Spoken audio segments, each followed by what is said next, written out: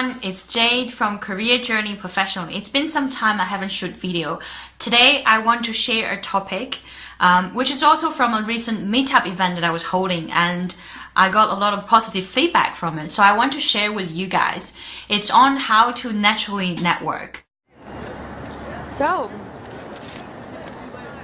when's the party? So I'm gonna share 3 tips how you can naturally network your way to success, or how you can naturally network your way to your dream job, to your best career, the best career that you want. I want to start with the idea of networking. What do you actually feel when you think about this word network or networking? I don't know about you. I used to feel like, oh, that's awkward. I have to social for the sake of socialing. I have to step out of my comfort zone. I have to talk to strangers in an awkward way.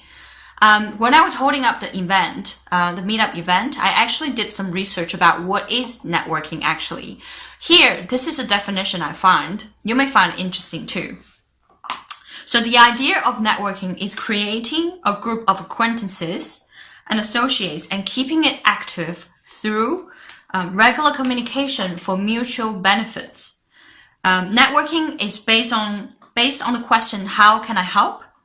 But not based on the question, what can I get? So I don't know how your understanding goes with this. For me, there are 2 key informations that I pick up from this statement. First, it's a bunch of people regularly communicating.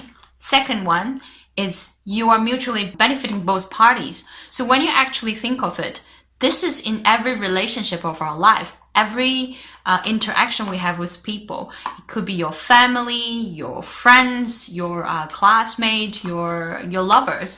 You are always communicating. You're regularly communicating. And also it has to be mutually beneficial, because that's the only way a relationship can last. So when you look at it in that perspective, networking is just the same as everyday interaction. The only difference is you are meeting some new friends. You're meeting in a new context. You're meeting some new people. But the key is the same. You need to communicate with them, and you need to make sure it's mutually beneficial. So here goes my first tip. I want you to think of a phrase, a word, or an expression for you that means you're communicating and you're mutually benefiting others. For me, what I write down in my diaries nowadays, instead of networking, I would write opportunity to meet new exciting people, or just making new friends. When you replace this concept of network for the sake of networking into something that's positive, that's less intimidating, that makes you actually look forward to it, it's much easier for us to achieve it. So here you go. That's tip number 1. Replace this concept of networking into something that's positive to yourself, and actually put it down in your diary. So when it comes to natural networking, the key is natural, right? Which means you have to be yourself. You have to feel comfortable. You have to be confident. You have to be relaxed to some extent that you can be natural and relaxed. So the natural networking key is you're aiming to be yourself in every possible scenario. Now I know that's hard. So now I'm gonna give you tips number 2. See if you can come up with a way that you can deal with it differently. So can you think about it and tell me one scenario that recently happened, that you actually meet someone naturally, a new person, a stranger, that you meet him naturally, and that was an enjoyable process. I can actually give one example. So 2 days ago, I went to gym. When I was swimming as in laps, I accidentally hit a lady. I said sorry, but she was swimming, I was swimming. But we met each other again in the shower room, and we started talking. I apologized, and she made a joke of it. And then we just started talking and realized I was living in UK and she was at the same time. Such a coincidence, right? So it was very pleasant, and it was such a relaxed and good connection we built. So that's one example that I have. Here you go. What about yours? A lot of people may find you are most natural and comfortable when you're at party or at a friend's place, or when a friend's gathering, or even meetup event. So if that's the case, when you are being most natural, I want you to think about why you are feeling natural in that way. Could it be that because you were with a friend? Could it be it's because the theme of that event, it was about food, or is it about just party? People are just drinking, they're relaxed. Think about the reason it made you relax. and then see if you can utilize these elements in the next time you go into a network event.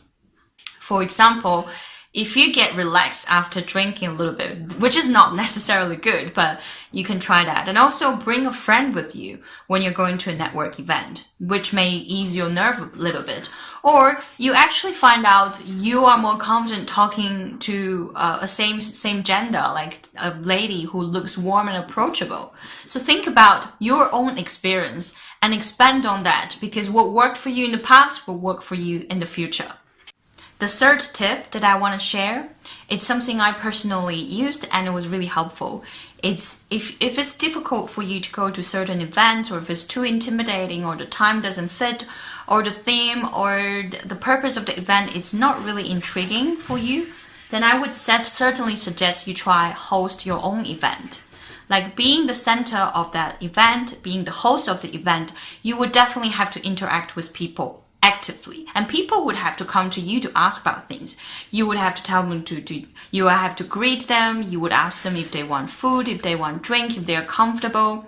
And the best way to do it, which I learned from a social expert who was an introvert but now a very successful social person.